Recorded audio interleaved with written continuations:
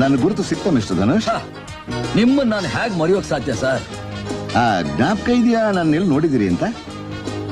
L ನೋಡಿದೀನಿ ಹಾ, ಜ್ಞಾಪಕಕ್ಕೆ ಬಂತು. ನಿಮ್ಮನ್ನ ನಾನು ಟಿವಿಲಿ ನೋಡಿದೀನಿ. ಟಿವಿಲ? ಅದೇ ಕಮಿಷನರ್ ಸಾಹೇಬ್ರ ಪಾರ್ಟಿನಲ್ಲಿ, ನ್ಯೂ ಇಯರ್ಸ್ ಪಾರ್ಟಿನಲ್ಲಿ, ವಿಡಿಯೋ ಫಿಲಂ ನಲ್ಲಿ ನೀವು ಬಂದಿದ್ರಲ್ಲ ಸರ್. ಯಾಪ್ಸ್ಕೊಳ್ಳಿ, ನೀವೇ ತಾನೇ? ಹೌದೌದು.